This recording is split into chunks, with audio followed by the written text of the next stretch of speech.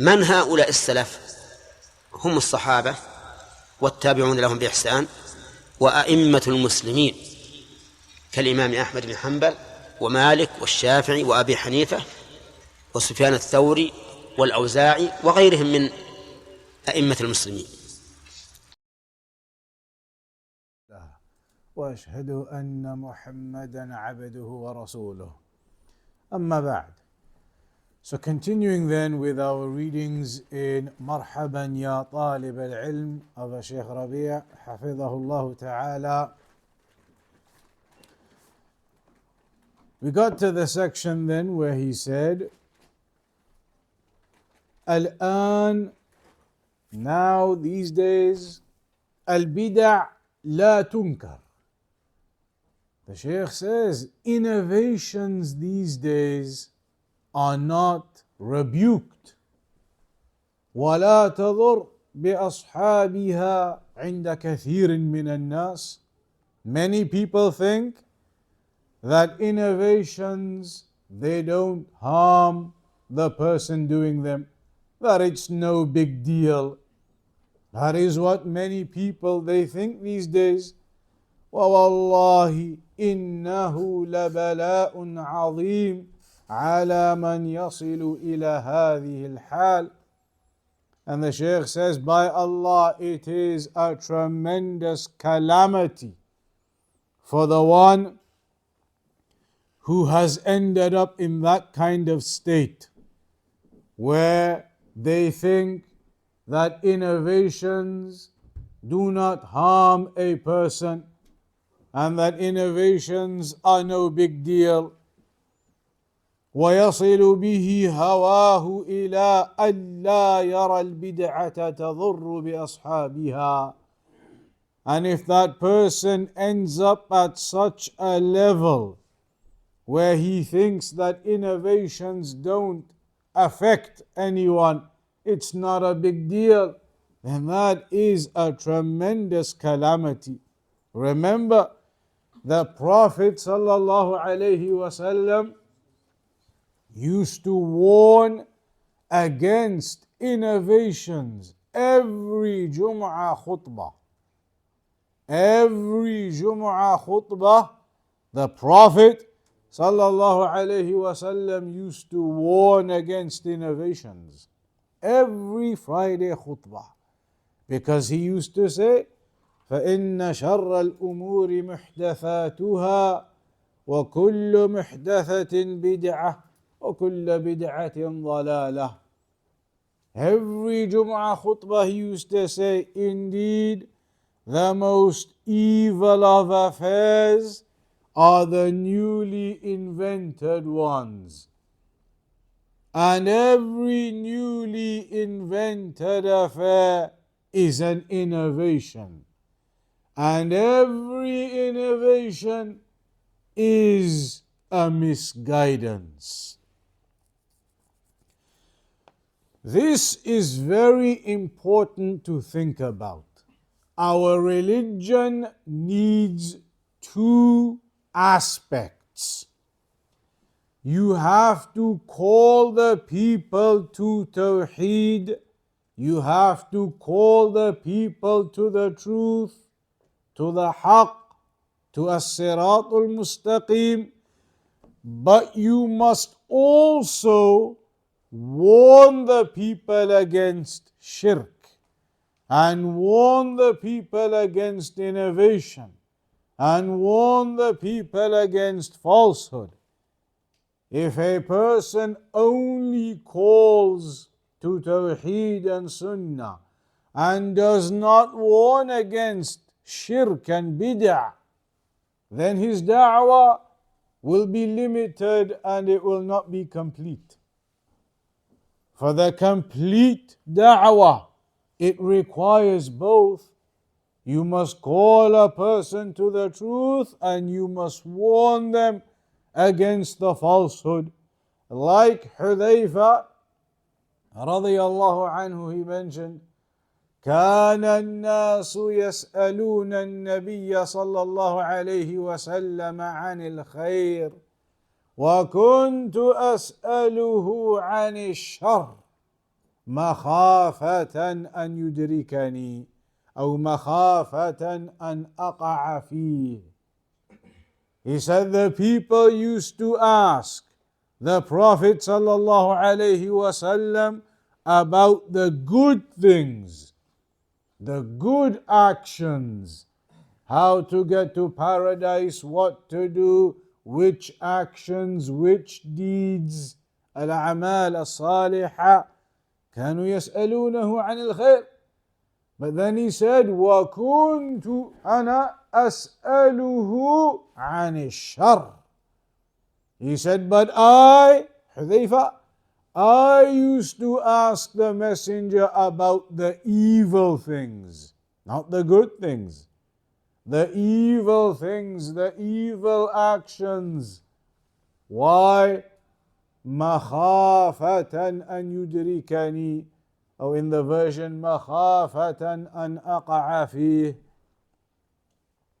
that I feared those evil affairs may overcome me otherwise, or that I may fall into them without realizing. As the Arabs, they say, كيف يتقي من لا يعرف ما يتقي. How can someone protect themselves from something if you don't know what you're supposed to be protecting yourself from? How can you protect yourself from something if you don't know what you're actually supposed to be protecting yourself from? It's like a person goes into the jungle and they tell you there are some poisonous fruits, don't eat them. But you don't know which ones are the poisonous ones and which ones are okay. So how are you going to avoid the poisonous ones if you don't know which ones they are, what they look like, what color they are? How are you going to avoid them? You can only avoid the evil if you know what the evil is in the first place. If you don't know what the evil is, you're going to end up doing it without realizing. So Hudhayfa said, I used to ask the Messenger about the evil affairs, fearing that otherwise they may overwhelm me or that I may fall into them. And the Prophet ﷺ said, ويقول افترقت اليهود إلى 71 فرقة وافترقت النصارى إلى 72 فرقة وستفترق هذه الأمة إلى 73 فرقة كلها في النار إلا واحدة. قالوا من هي يا رسول الله؟ قال من كان على ما أنا عليه وأصحابي. أخرجه الترمذي. This narration, the Prophet ﷺ said that the Jews, they split up into 71 sects, and the Christians split up into 72 sects. And this ummah, the Muslims, the Messenger said, will split up into 73 sects. كلها في النار إلا واحدة. All of them will be in the fire except one. The companions, they said to the Messenger, who is that one? قالوا من هي يا رسول الله? Who is that one? The saved ones. The Messenger said, the ones who are upon the same methodology and the same way as what I am upon and my companions today. So if you are not upon that way, and you are upon bid'ah and innovation and opposition, then you will not be from that saved sect. فهم أهل الحق أهل السنة أهل علم الكتاب والسنة. أعداء البدع والضلال والكفر والشرك والضلالات كلها. The saved sect, they are the people of truth. They are Ahlus Sunnah. They are the ones who have knowledge of the Quran and the Sunnah. They are the enemies of the people or of innovations and misguidance and disbelief and shirk and all types of deviances. They are the enemies of all of that. Rather, hum yuhibbun al-haqqa faqat. They love the truth only. وَيُوَالُونَ عَلَيْهِ وَيُعَادُونَ عَلَيْهِ. And this is the crucial point as well. That they love the truth and their allegiance and enmity is based upon that truth only. Not based upon personal agendas. Not based upon personal problems. Rather, Ahlul Sunnah, their allegiance and their hatred is based upon the truth.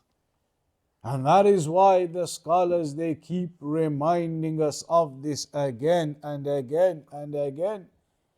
Be united upon the truth and throw aside the differing and the splitting. If you are all upon that truth, you are upon the way of Ahlul Sunnah, the way of the Prophet sallallahu alaihi wasallam, you are upon the manhaj of the Prophet, the methodology of the Prophet, you are with the ulama, the scholars, then your allegiance should be to one another. You are all upon that truth, in that case, Ahlul Sunnah, the Salafiyun. Then your allegiance should be together upon that truth, and your enmity or hatred should be upon that truth against those who oppose the truth. And that's why you see the mistake of those who have enmity against those who do not oppose the truth in the first place. They are with them on that same truth, and yet they have the hatred or the enmity or the breakage between them. And that is what the scholars, they warn against time and time again. So, Shaykh Rabīʿ says here, Ahlul Sunnah, they have their allegiance and their hatred and enmity, disavowment, based upon the truth only. وترى كثيرا من الناس يرى العداء فقط والبغض فقط للكفار. Another issue here is that some people, they think the hatred or enmity is only against those who are disbelievers. That is not the case. أما كل من اعتزى للإسلام فلا بغض له ما له إلا الحب. They think that anybody who is a Muslim, then you must love them. As long as they are Muslim, you must love them. We're all Muslims. Yes, we may all be Muslims, but within that, the Messenger told us they are going to split up into 73 sects. Only one is in paradise, the others are upon misguidance.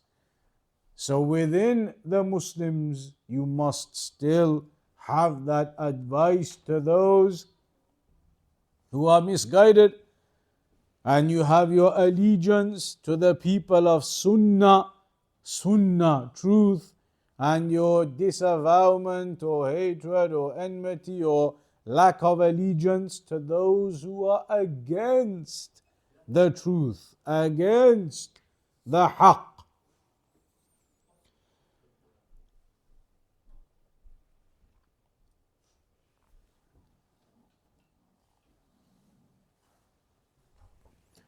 Then Shaykh Rabīʿ, he mentions, and he's talking about the students in Saudi Arabia at the time. He said to them, أنتم في هذا البلد على العلم الصحيح على علم النبوة وعلى منهاج النبوة وتضافرت جهود كثيرة جدا على إخراج هذه الجزيرة من الظلمات إلى النور.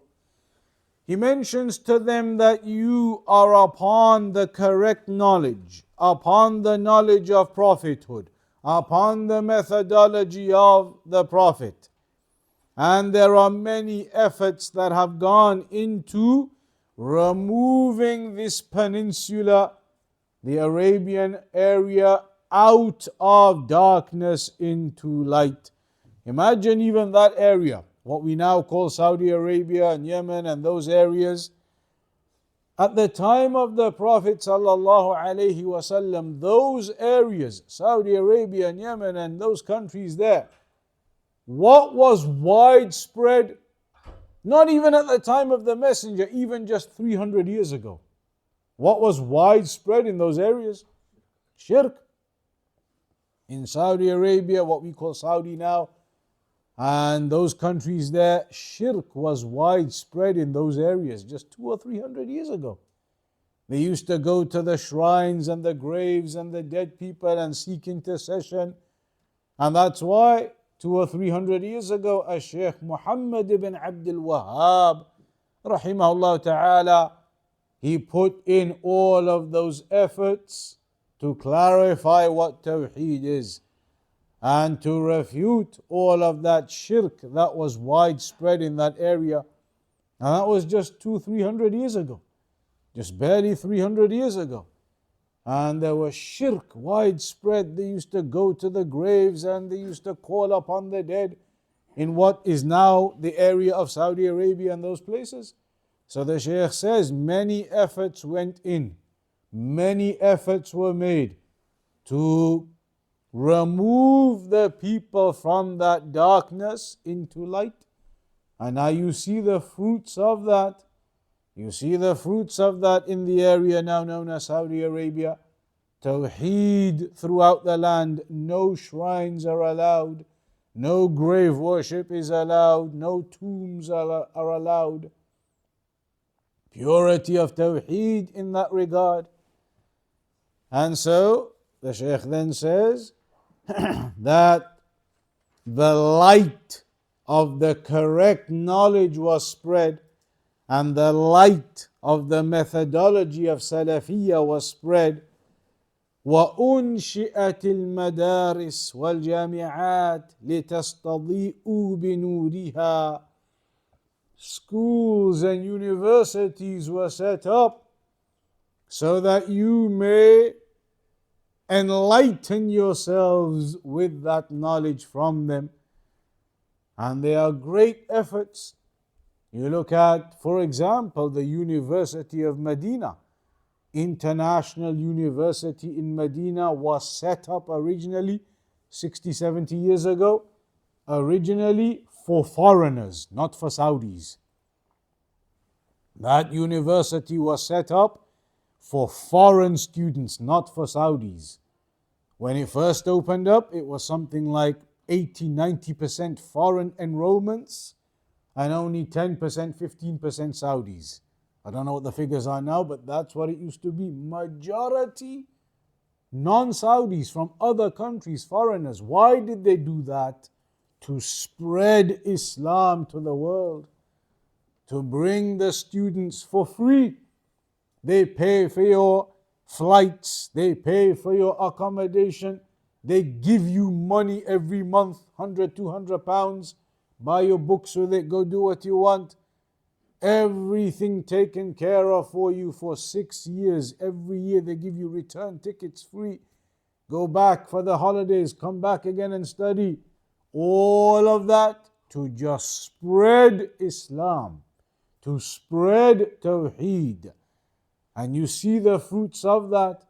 Students from all types of countries, from South America, from Japan, from here, there, everywhere, from across the world coming there, learning the Arabic language, all free and taken care of. Learning their religion and doing degrees in Islam, all free and taken care of. Because they have no other objective from it. They're not making any money out of it. They're losing all that money. Paying for all these students coming, tickets, everything, accommodation, halls of residence. All to spread Tawheed. To spread that knowledge. To spread the Quran and the Sunnah. And you see how many students from so many different places, from different parts of the world, they went and they studied and they went back to their countries and they set up the da'wah. And people, they began accepting Salafiyah. They began accepting the truth. And those students were able to clarify in their countries the bid'ah, the innovation, the shirk that was going on otherwise. These are the fruits of da'wah, of knowledge, of teaching. And that is what the believers need to have their focus on. That is what the students of knowledge need to have their focus on. Learn your religion, learn the Arabic language, learn the Quran, learn the Hadith, learn Tawheed and Sunnah, and spread that to your communities. Spread that to your neighbors. Spread that to your work colleagues. Spread that da'wah to your communities. That is what is needed. That is the focus. And so for those who do not have that focus, and their focus is instead on drama and this and that and stories and what's happening, they will never get to a level of knowledge and understanding that is appropriate or they could have got to. It needs for a person to focus on their religion and focus on the objective and the goals. So here, Shaykh Rabīʿ, he mentions that these efforts, they have led to the schools and universities being set up in order for the banner of Islam to be raised and the banner of Tawheed and Sunnah to be spread في آفاق الدنيا وشتى الأرجاء, to be spread all across the world, in every place and every corner across the world. But then the Shaykh says, ولكن والله كاد لكم أهل البدع ليطفئوا هذه المصابيح. But the people of innovation, they plot against you to extinguish these lights. Those students and those طلاب who are learning and spreading the knowledge, people of innovation, wish to extinguish the light of them, to extinguish that da'wah. وَجَعَلُوا كَثِيرًا من شبابنا كالببغاوات يرددون الأباطيل والترهات على أنها هي الإسلام ويرددون شعارات الفاسدة.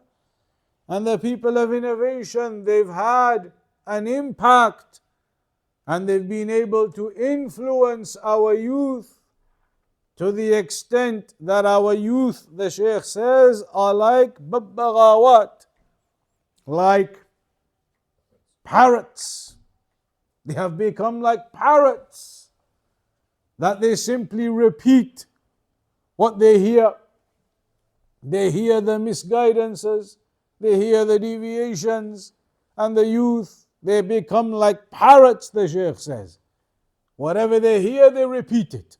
If you sit down and question them, but why this and why that, and what is evidence for this, what is evidence for that, they will never be able to have an in-depth, detailed conversation with you. Because all they know is what they hear and repeat like parrots.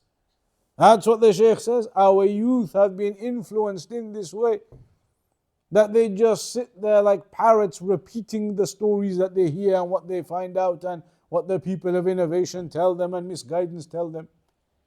And so much corruption has overcome their minds because of this. والله لقد رأينا أصحاب هذه الشعارات The Shaykh says that he himself has seen this in action, has seen these kinds of things. He mentions for Sudan, for example, in Sudan and in other countries, how the people of innovation, they spread their whispers amongst the youth. Those misguided ones spread their whispers amongst the youth, and the youth are like parrots, sitting there repeating everything they are told and they hear, and they don't have any ability to really analyze what they are saying. If you start analyzing them and start questioning them and cross-referencing them, they cannot get into any kind of conversation with you because they don't know anything. They simply repeat what they hear. So the Shaykh says, in kuntum uqala, if you are smart then and you are intelligent, وَتُرِيدُونَ اللَّهَ وَالدَّارَ الْآخِرَةَ, and you want the pleasure of Allah and you want paradise, فَقَدْ بَيَّنَ اللَّهُ لَكُمْ وَلَمْ يَتْرُكْ لَكُمْ أَيَّ عُذْرٍ. Then Allah has clarified to you. Allah has clarified the affairs to you and has not left any excuse for you. The Sunnah, Tawheed, the religion, it is there, the knowledge is there for you to learn and study and to gain knowledge of your religion. And that is why these gatherings of knowledge are so important. These gatherings of knowledge where you learn your religion. And that's what the Shaykh says. If you're smart, then that's what you'll do. You'll attend, you'll learn, you'll study. That's what you'll do if you're smart. But if you're not smart, then you waste your time on the streets here and there, playing and in futile things, futile activities, avoiding the gatherings of knowledge, avoiding not just these gatherings of knowledge physically, but avoiding even the scholars, perhaps avoiding the people of knowledge, not listening to their talks, not listening to their lectures. So the Shaykh says, if you are smart, then without doubt you must have the focus on that knowledge.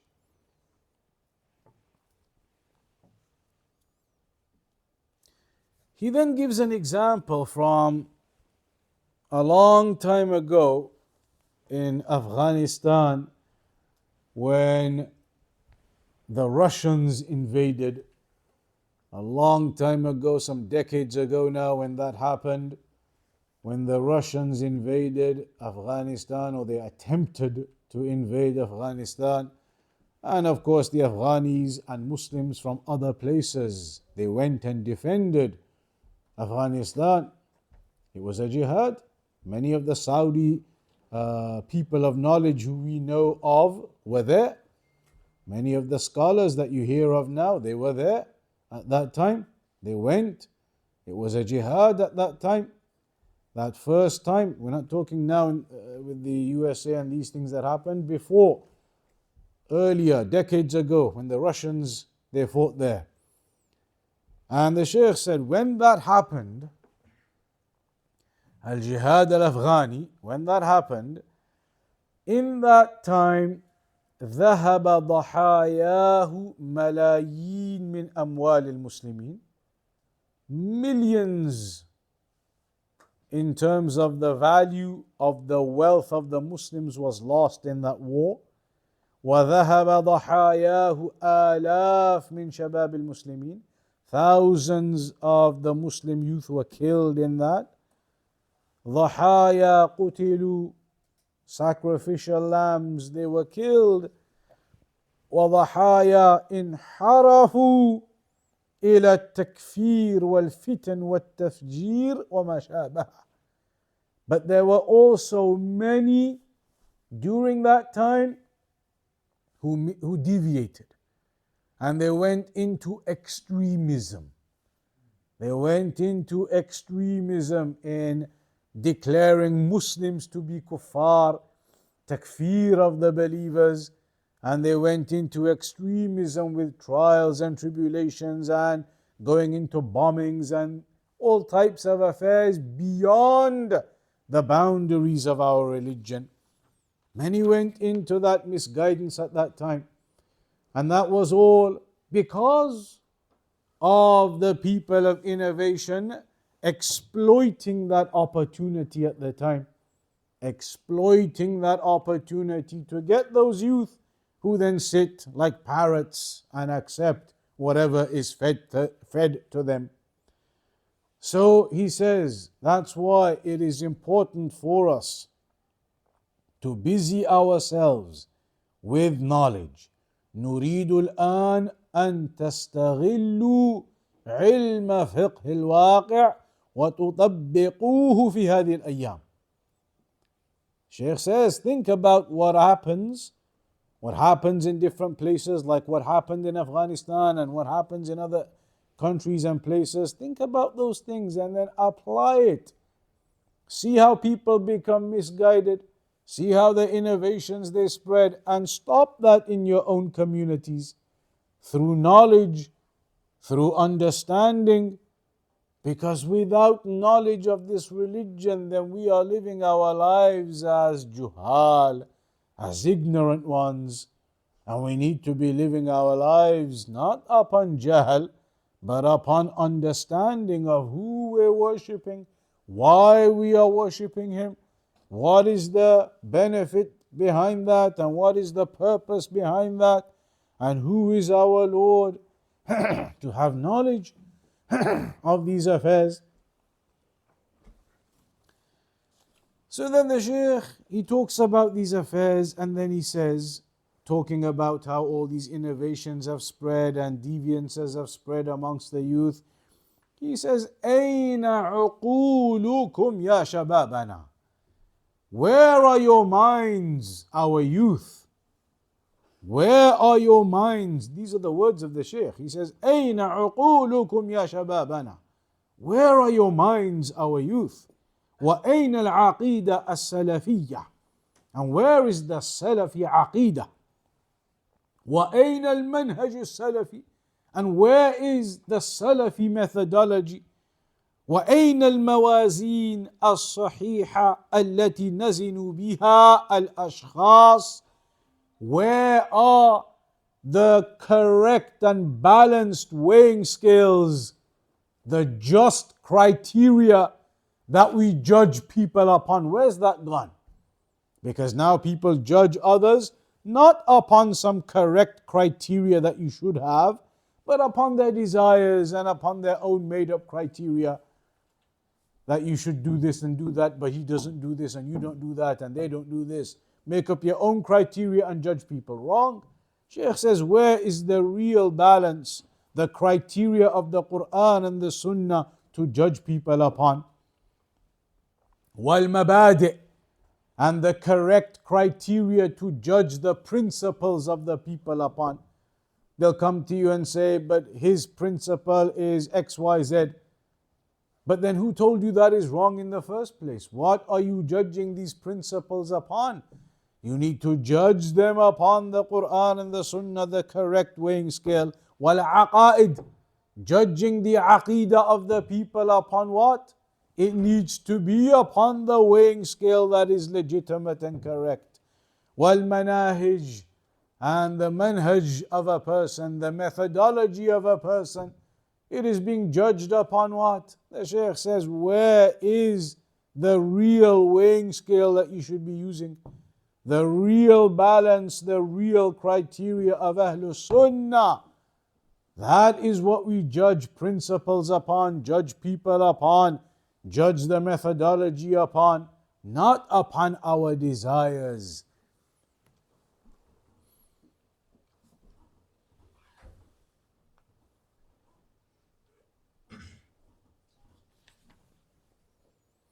So then the Shaykh, he says, يا أبنائي والله إني لكم ناصح أمين وإني محب لكم ولا أرضى أن يمشي أحد في سخط الله لحظة واحدة. Shaykh Rabīʿ says, O my sons, by Allah, I am a sincere advisor to you.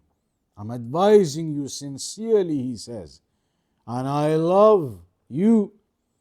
And I am not pleased, and it does not make me happy that any one of you should be treading upon a pathway that is angering to Allah. It angers Allah even for a moment. وَلَا أَرْضَى لِأَحَدٍ مِّنكُمْ يَا إِخْوَتَاهِ أَنْ يُغَالِطَ نَفْسَهُ لَا يُؤْمِنُ أَحَدُكُمْ حَتَّى يُحِبَّ لِأَخِيهِ مَا يُحِبُّ لِنَفْسِهِ.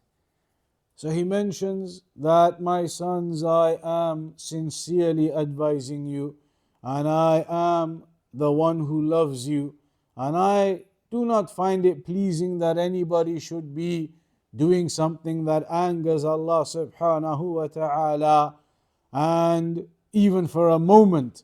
And he mentions that, or the narration of the Prophet, that none of you truly believes until he loves for his brother what he loves for himself. وَاللَّهِ أُحِبُّ أَن تَكُونُوا كُلُّكُمْ عَلَى كِتَابِ اللَّهِ.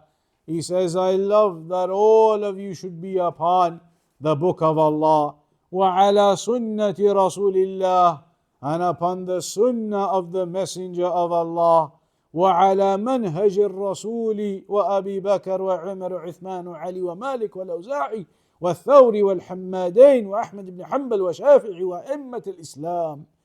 He says, I love that you should all be upon the manhaj of the Messenger and upon the manhaj of Abu Bakr and Umar and Uthman and Ali and Malik, al-Imam Malik and al-Imam al-Awza'i and al-Imam al-Thawri and the two Hammads and Ahmad ibn Hanbal and Shafi'i and the great scholars of Islam.